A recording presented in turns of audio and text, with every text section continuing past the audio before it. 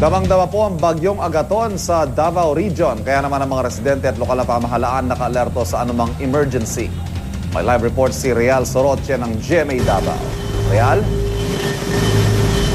Iban, matapos isinalalim sa signal number 1 ang Davao Region dahil sa bagyong Agaton, agad nagdeklara ang Philippine Coast Guard na isuspinde ang mga biyahe ng mga ferryboat at bangka mula dito sa Davao City papuntang Island Garden City of Samar.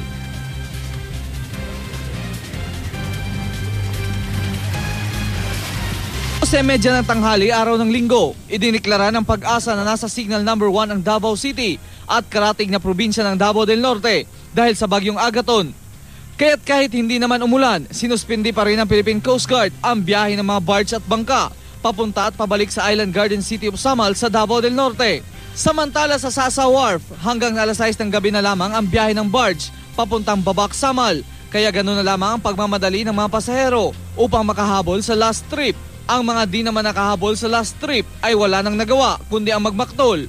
Sa Davao Oriental naman, inabisuhan na ng mga opisyal ang mga residente, lalo na mga nakatira sa tabi ng dagat, na maging alerto sa posibleng pagpasok ng bagyo sa kanilang bayan.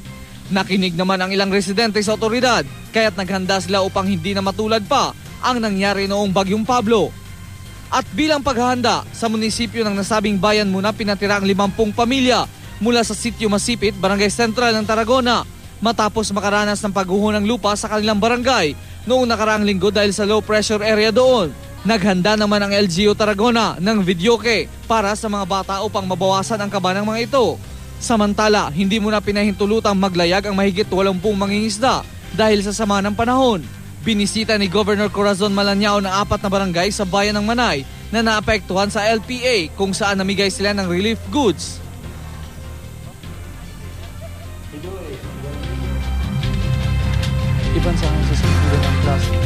Iban sa ngayon suspendido na ang klase dito sa Davao City mula preschool hanggang high school at maging sa Tagum City din.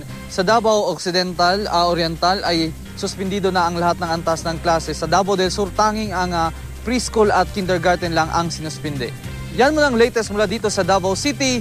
Balik sa iyo, Ivan. Maraming salamat, Real Soroche ng GMA Davao.